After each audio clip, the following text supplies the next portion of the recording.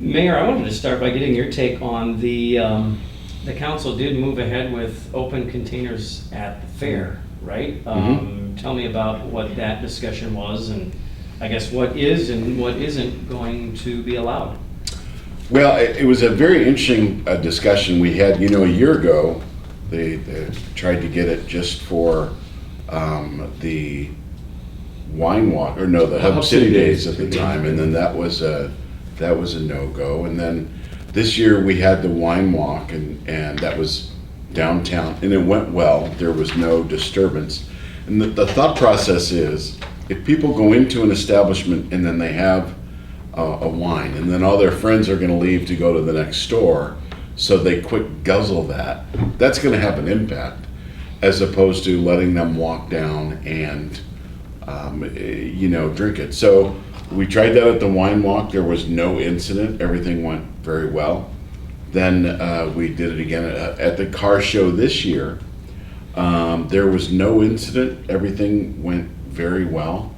There was nothing to report as far as were there heightened levels of people that had too much to drink or anything like that.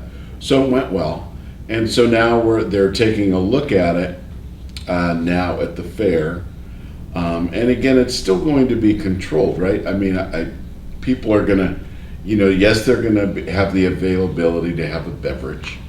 But there's going to be police there and auxiliary watching it. So it's still, just because they're having drinks there does not mean that they can go and, if they've had too much, then that's a disorderly conduct. So we're going to try it at the fair. There were some that still had concerns. It's very common, my understanding from surrounding fairs, that this is something that they do. There are some people that have an argument that this is supposed to be a family situation where, you go on rides and things like this. It's a valid argument, but, families go out to restaurants and have drinks together. So I don't know. We'll have to see how it goes. I hope people don't drink too much and then get on that big Ferris wheel, because you don't want to be at the bottom. But we're going to have to wait and see. What we're hoping is, and I believe most people are very responsible, and so might they go have a beverage and a brat? They very well could. So it's a wait and see to see how this goes. Yeah, I think Bob explained it well. I think Rebecca Spiros brought up a concern that Bob mentioned about family friendliness, and that's always a balancing act. I mean, you certainly want the husband and wife and their two young children to come out and enjoy the fair. Certainly want those people to feel comfortable. And she mentioned the Midway, and it was clarified that the Midway will not be an area where open containers are allowed, because that's where oftentimes those younger families are walking around and getting on those rides. So I think it's one of those things that may need to be tweaked in the future. But I think sometimes we think that we're the only one doing something, and it sounds like that's not the case here. It sounds like there are a lot of fairs and festivals that do, to some limited degree, allow open containers. And the police department is going to be there in force, as they are anyway, ready to do what they need to address any concerns that come up. Okay, anything else on that? No, I think so. Okay. So the other big one from Tuesday was discussing this restriction on using electronic devices, aka cell phones, at city meetings. And not just council meetings, but all city meetings, as I understand. Maybe just explain, what it all covers. What did you hear during that discussion, and where did it go? Where did it end up on Tuesday? Well, it was surprisingly, I was surprised at this. It was met with reserve. And realistically, we as public officials are supposed to be there doing city business and have 100% of our attention to the city business. So, and the city provides the mayor and all the aldermen laptops. So everything that they have there to be going over city business is right there on their laptop. So there is an argument that can be made of, stay in your lane.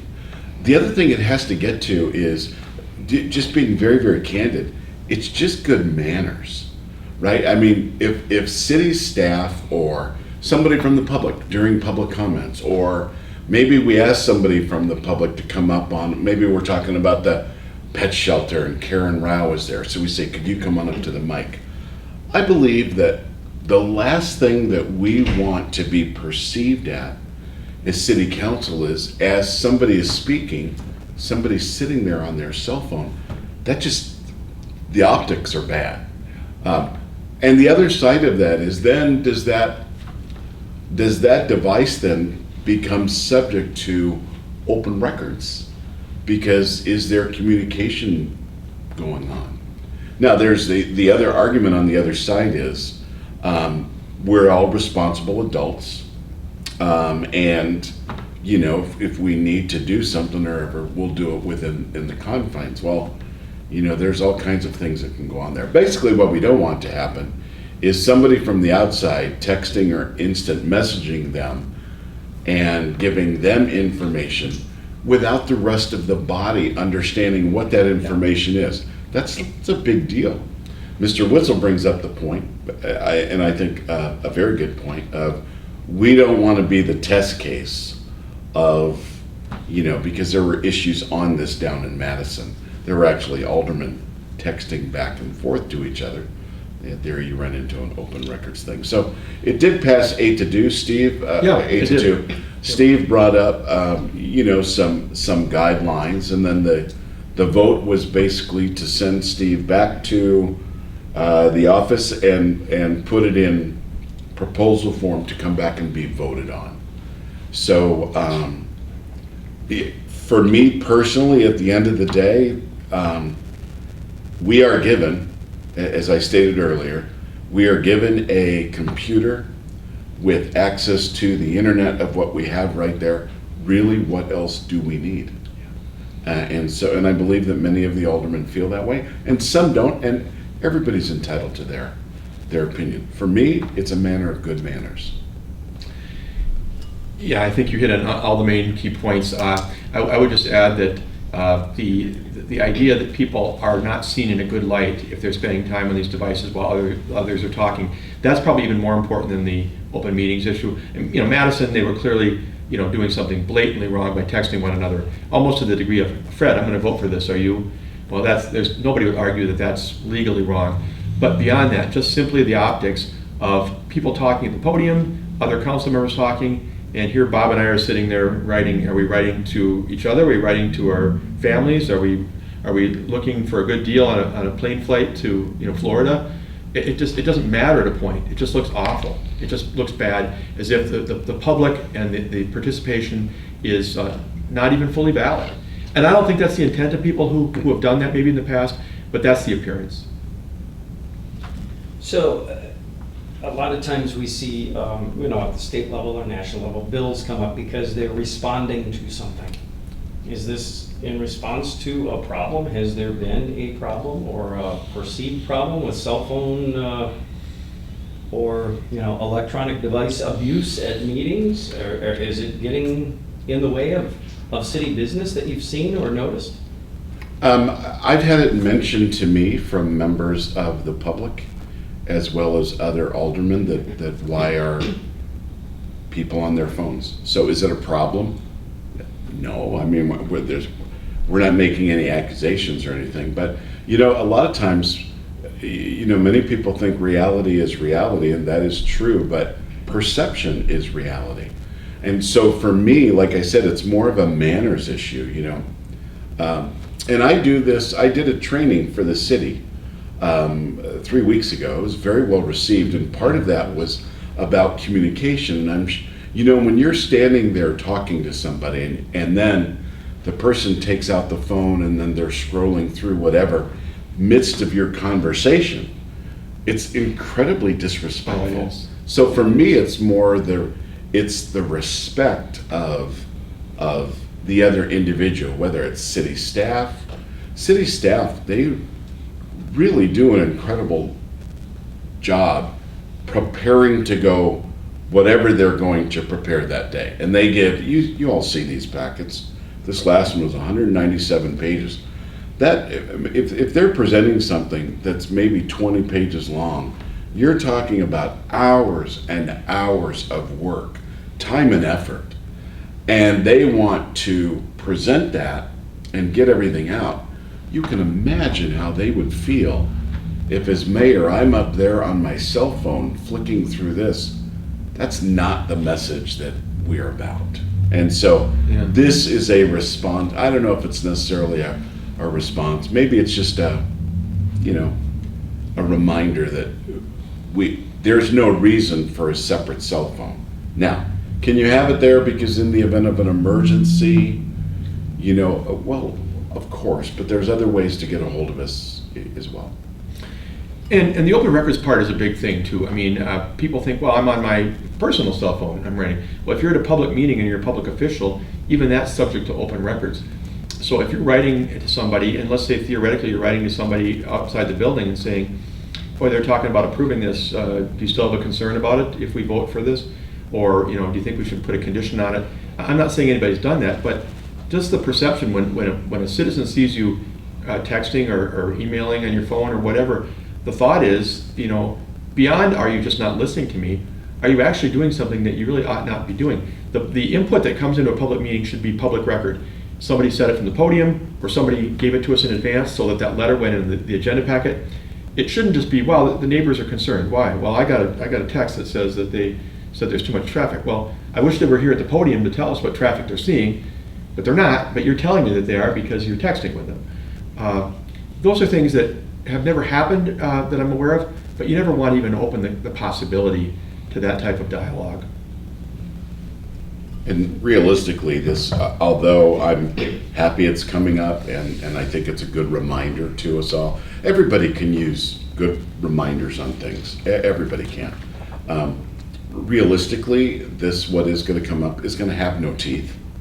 So nobody's going to be fined or put in the timeout chair, or you know what I mean? It's like, but it's more or less, it's a matter of manners. And then, if it would persist, we might have to call people out on that. Not something we want to do. We've got bigger issues to deal with than that. Yeah, and that was going to be my next question. What is the enforcement side of this? Is there any enforcement? I don't know, Steve. I was asked by one of the elected officials after the meeting why there's no enforcement mechanism. Is there a fine? Is there whatever? And it's interesting with elected officials, because when you talk to elected officials about how they do things, sometimes they'll remind you, not in a mean way, but they'll say, I'm accountable to the voters. You work for us, and your administrative assistant works for you, but we work for the voters. So, that's who we respond to ultimately. They can vote us out of office if they don't like what we're doing. What you hope you do is get buy-in, where you get the body saying, the use of electronic devices for things not related to the meeting is just inappropriate. But I think the mayor just said it really well. If this were to continue or persist or increase, I think the body could certainly put a mechanism in there to, subject itself to some kind of penalty. I don't know what that would be. We just hope and pray that doesn't happen. We're all adults here, and we ought to behave like adults. And when a policy is adopted by you and your peers, you darn well ought to be adhering to it. And we're hopeful, and I think confident for the most part, that will be the case. And there are differing opinions, and I believe that all the aldermen, they're entitled to their opinion and the way they handle themselves. That is by their choice. But all of their voices need to be heard. There are some that think that this is silly and really want nothing to do with it. They're adults, they can handle themselves. And that is their opinion, and that opinion should be respected. There are others there that you saw the other night, if you watched the meeting or were there, that said we should take all the cell phones before we go in and put them in their mailboxes, or put them in a box and lock them. And that is their opinion. And as Steve said, what we're hoping here is that the consensus, that we're all on the same page. You might have it there with you. Just maybe wait to review what is going on at the break or something. So are cell phones subject to open records requests, or can the city administration ask for, okay, it's cell phone check time. Can we see if you have been in violation of, something? Have you been texting constituents or others outside of the meeting during meetings? We're gonna check the timestamps on those. We're gonna see if you've been violating the open meetings law. Can you do a random check on this stuff? Is the public entitled to see those, whether it be a city-issued cell phone or a personal cell phone? What is the rule on that kind of stuff? Well, we can. I believe we can do that at any time, Mike. We normally would only do that if we had reason to believe that there was something happening. The same way, every city employee has a computer. And, theoretically, right now while we're having this conversation, somebody could be spending too much time looking at, like I said before, best airfare to Florida for their vacation next summer. But when we become aware of someone, either that we need some records that are being requested by the public, or if we become aware that somebody maybe is improperly or abusing in some way their use of city equipment, whether that be a city-issued laptop or a city-issued cell phone, or I guess if we had reason to believe that someone was doing things on their personal phone, we might get into that. We're not looking for it. But when we become aware of it, we would certainly deal with it. And we do want, every time somebody comes out of the council or a new mayor, I do sit in a room with them and I talk about some of these things. We'll probably cover some of these things at the September 4th presentation by Ed Miller from UWSP about ethics and conflict of interest. He'll talk about open records too.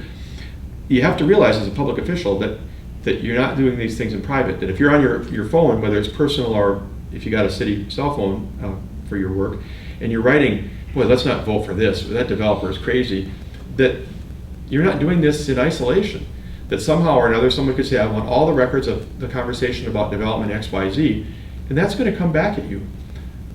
So, I mean, again, we're all big boys and girls, or we're supposed to be big boys and girls. But what you do could come back at you if you're having conversations about things that are not appropriate to be having electronically. So in other words, if an alderman just happened to stop at City Hall and Steve Barr just happens to be walking by the front counter, oh, I'm glad you're here. Let me see your cell phone. I'm going to randomly check it. Are you able to do that? I can't imagine us doing that. But I mean, without, we're not.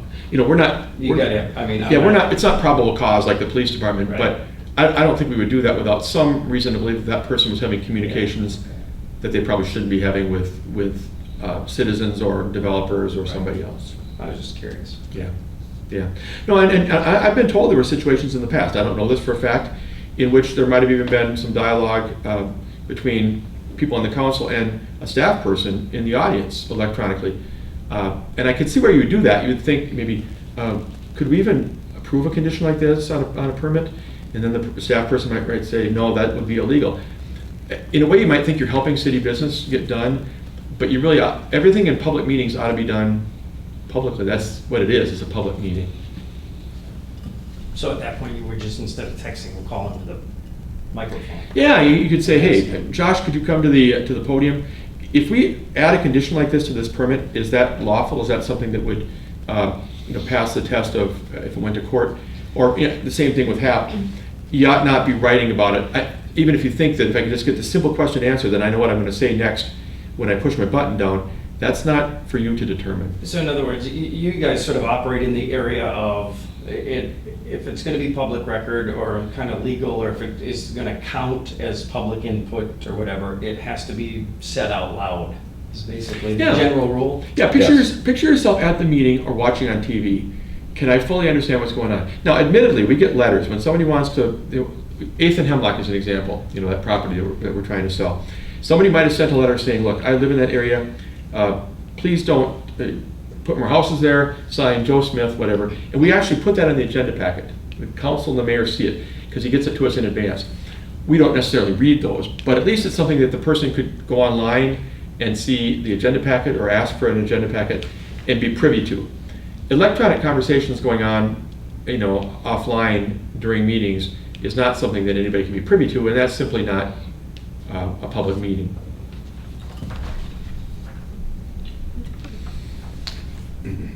Anything else on that? Okay. I was going to ask about, then the council, mayor, I think, did sign off on the master plan for the clinic, and it sounds like they've got some pretty aggressive things planned for that medical complex. right? That did pass. Yeah, it did pass, and we weren't really expecting any problem, even when it went through Planning Commission.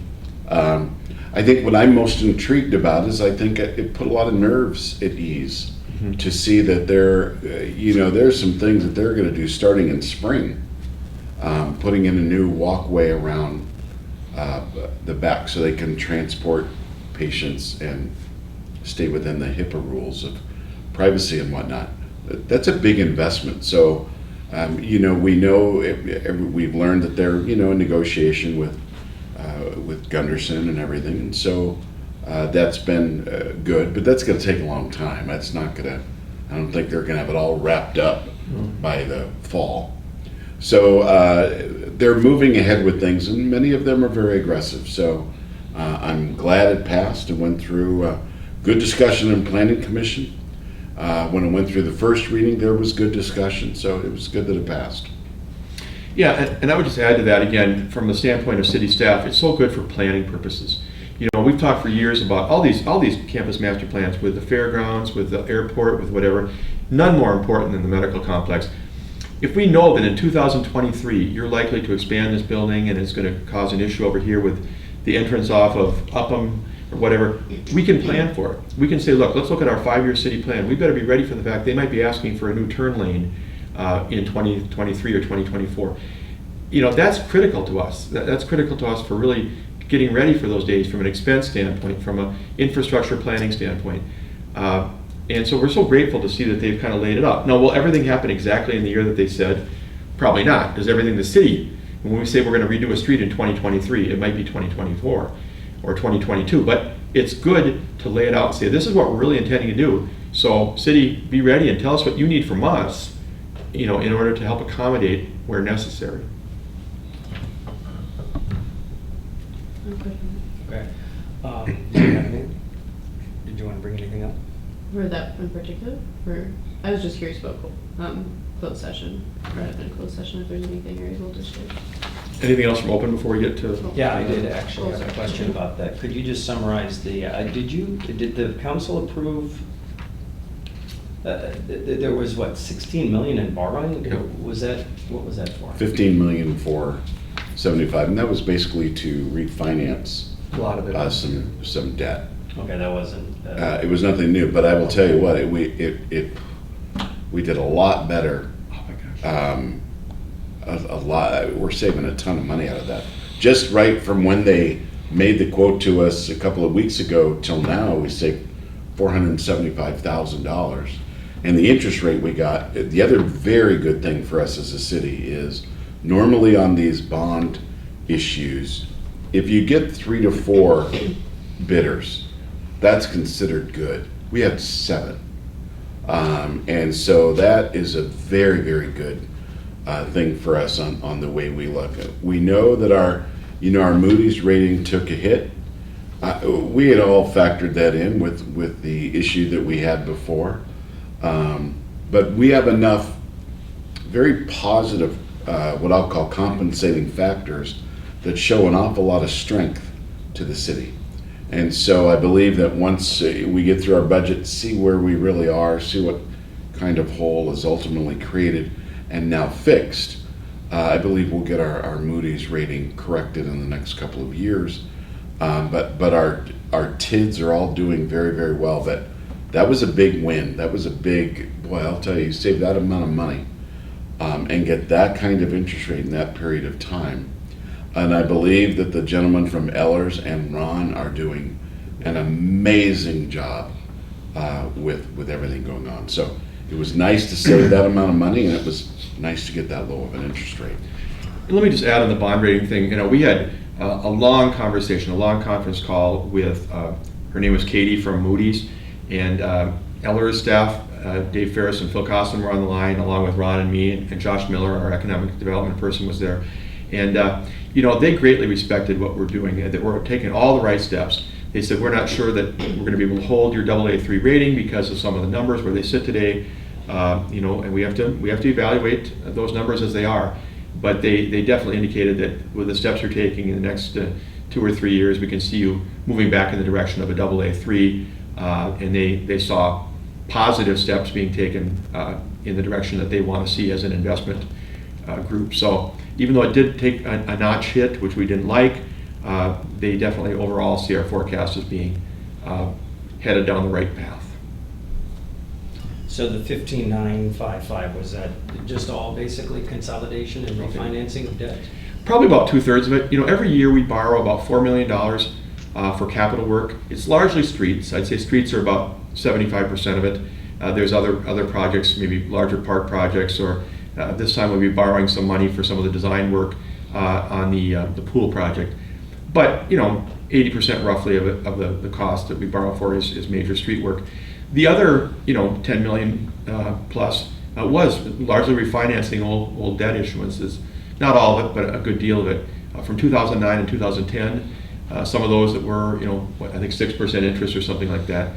And it's very similar to looking at refinancing your home mortgage, where you look at the difference and you say, my gosh, we can get down to 2 point whatever.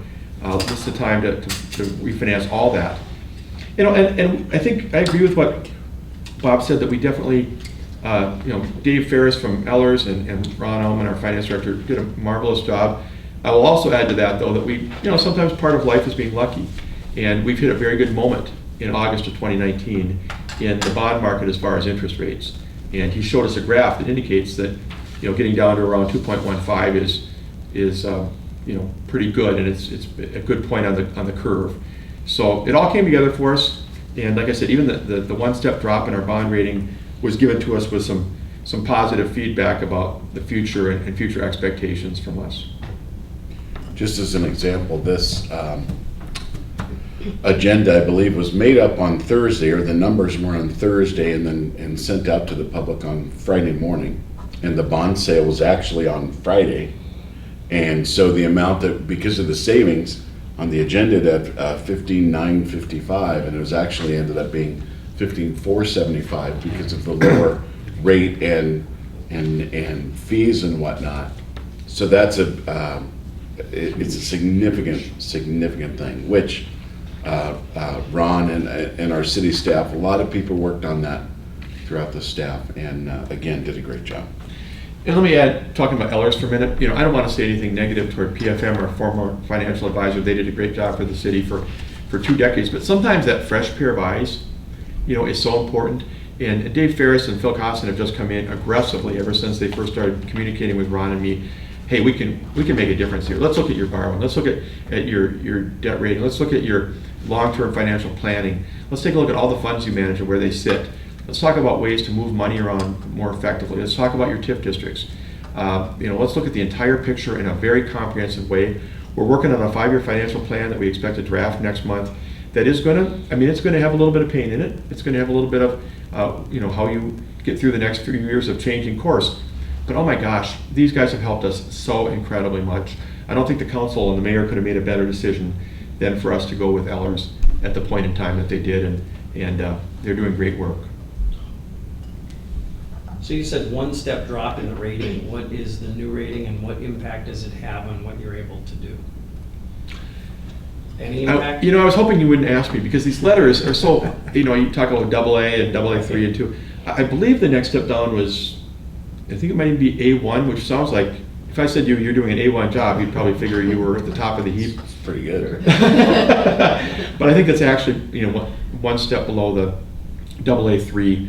And it doesn't make a lot of, I mean, what it means theoretically is when you borrow money, you may see a slight increase in basis points that you have to pay, and you may sometimes see fewer bidders interested in your bonds because you don't look like as quite a solid a prospect to purchase those bonds. I think the fact that we got a 2.14 interest rate and we got 7 bidders was outstanding. You know, could it have been 2.03, or, you know, would we have 9 bidders if we were AA3? We'll never know. But I don't think it's quite as concerning as you might think. Although we did covet for a few years the AA3, and we'd like to be back by, you know, 2022 or something like that, back on that platform. I don't think it hurt us measurably here. We did very well. That's all I have. Sorry. Oh. So then you just want to close session? Yeah, if you're ready for that. Closed session? I don't think we can say too much. Nothing came out of it in terms of a public action. Obviously the possible litigation one I can't talk about, and even the acquisition of property in the downtown area, I really can't. The one thing I'll say about the project in TID 10, it's the mall project, and I can say that in part because it's been public. The developer has come forward and said, look, malls are not doing well across the country, including your area with Wausau and some other places. I went to the Eau Claire Mall with my wife about a month ago, and it's still hanging in there, but it's got its challenges. So he's got kind of a new way to look at it, a new way he believes he can attract some realtors that might fit in a city of 20,000 in central Wisconsin. So we're talking with him about some ideas, and some public assistance has been requested. I'm hopeful, from what I'm hearing and from what the council is saying, that we can reach an agreement to provide some limited assistance and help a project get off the ground that's going to really juice that place up. The loss of JCPenney and Yonkers, how big was that? I mean, Yonkers was 52,000 square feet. So that's a lot of area to fill. But he's got some possibilities, and I think if we work together, he may be able to pull these through. Ned Brickman of Midland Management has done this in other places. They've done a similar type of thing in Marinette, where they've been able to kind of rejuvenate some retail space. And I would like to think in the next 30 days or more, we may see hopefully something positive come to pass. And there's a time frame there that that the folks that are looking to open up want to be opened up quickly. I believe the first quarter. Yeah. Well, so there's certainly by spring. By spring. So certainly there's some sense of urgency there, but I will tell you it's very exciting. I think it would be a very good addition, and I feel like we're going down the right path, and I'm sure we'll have an update from them by our next council meeting. And I'm just going to add to this, and I'm going to try not to say more than I can say, but we are looking more and more at creative ways to help developers. I know sometimes cities think that, or citizens think that, well, you go to the city and they give away the farm or whatever. I think we're being more scrutinizing, have been recently, and will continue to be, how can we help a development get off the ground? How can we make something happen and yet make sure that we're doing it, we're structuring it in a way that best suits the needs of the city and its taxpayers? So please know that Bob's doing a great job of this in leading these discussions, and the council right along with him. We want to help. We want them all to be successful, but we have to be prudent with our finances. So what can work for both sides? And those discussions will continue in the future with other developments. It's a public scrutiny thing that we need to make sure that we're helping business develop, but we're doing it wisely.